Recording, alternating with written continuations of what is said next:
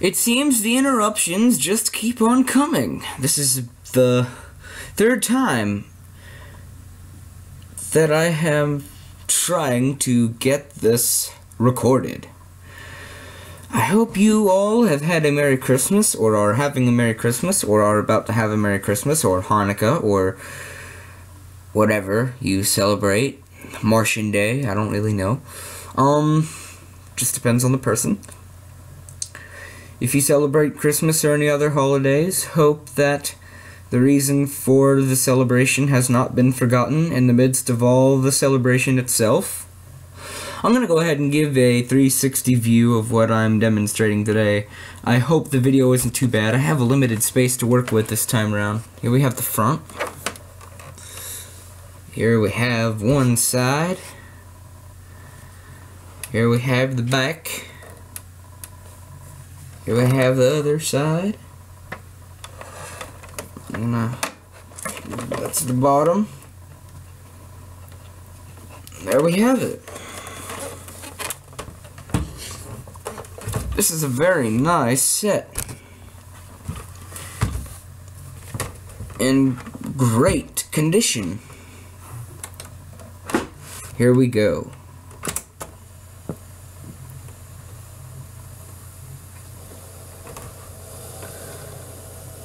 Here I have, for everyone's viewing pleasure today, the Sharp WQ-267Z.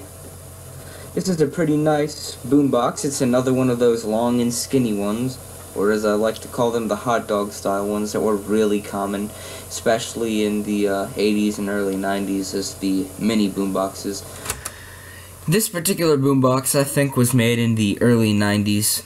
Well, like I said, I would delay to call this a boombox. I would call it more of a radio cassette recorder, but you know, it's all preference, I guess. And I don't know, when I get vintage electronics, I try to get stuff from the 70s, 80s, or 60s, like early 80s.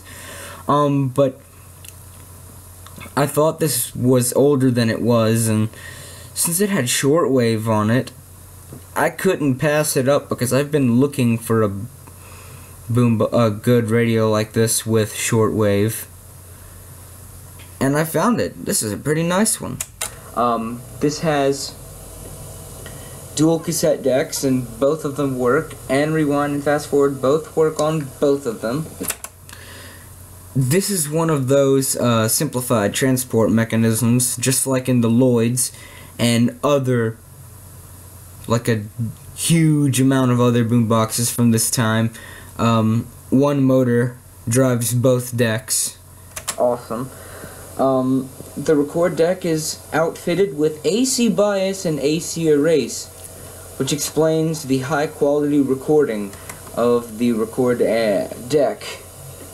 You can also record from the playback deck, obviously, and it has high-speed dubbing, which was a very common feature of these dual deck boomboxes.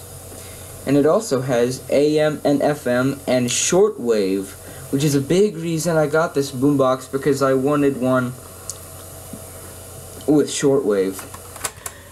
Normally on boomboxes and radios and stuff that I've seen, there's pretty much one or two selector switches for everything, but this is nice because here you have your tape or radio selector switch, works nicely. You have your selector switch for tape source, mic, playback tape, and then high-speed dubbing for it. And then off to the right of that you have your FM stereo, FM mono selector.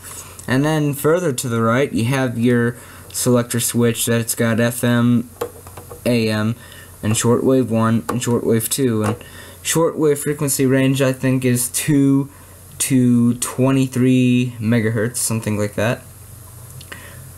This isn't a DX machine.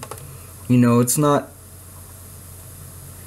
for picking up those exotic shortwave signals from, like, what I'm pretty much trying to say is it's not going to pull in every single shortwave signal that more fancier receivers can pull in, but I wasn't trying to find a receiver like that. I was just trying to find a decent receiver with really good reception, and this has really good shortwave reception. But let's continue on with the recording. Because I'm dragging on. It's really, really nice. Also sounds good. Volume controls and tone controls are also clean, no static. Just kind of wish it had one of those 5-band graphic equalizers, or even a 3-band would be nice. Just give it volume, tone, and treble and mid-range and bass and all that jazz. But you really can't complain, because admittedly this is a nice boombox, especially to be made around the time when Chinese crap was getting easier and easier to find on the electronics market. So, Sharp, you did great on this. The next recordings are how it records music from the FM radio.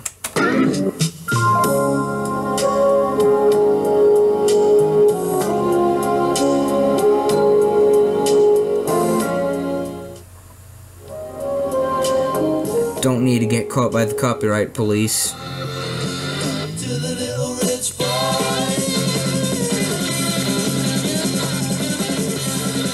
I'm not trying to get caught by the copyright police.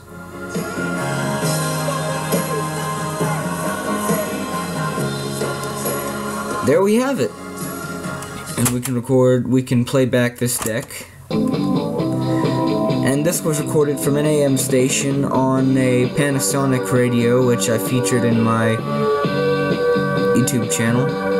Change the selector switch to playback deck, record, and you can also use high-speed dubbing.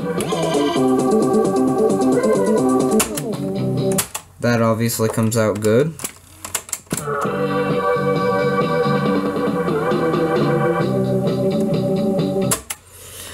Without further ado, let's whip out this antenna here. Get some stuff going on FM.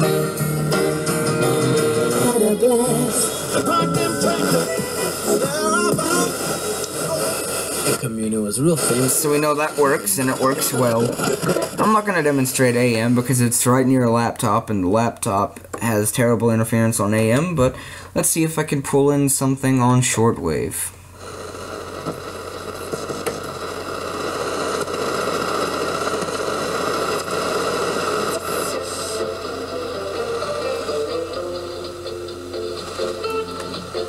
Alrighty, folks, we are back, and I know nice program's on heavy, but folks, sometimes we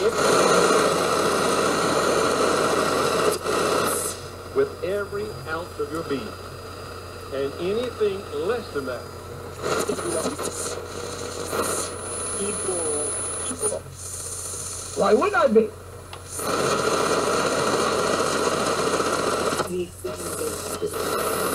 El occidente y bueno, esta nueva así. You've gotten to travel in the Amazon too. You've been. Put the breath of eternity on it.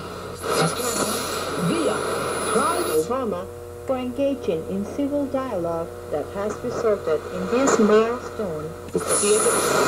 政府将加强法治建设，特别是会积极推动慈善 Great English skills. 组织法的立法。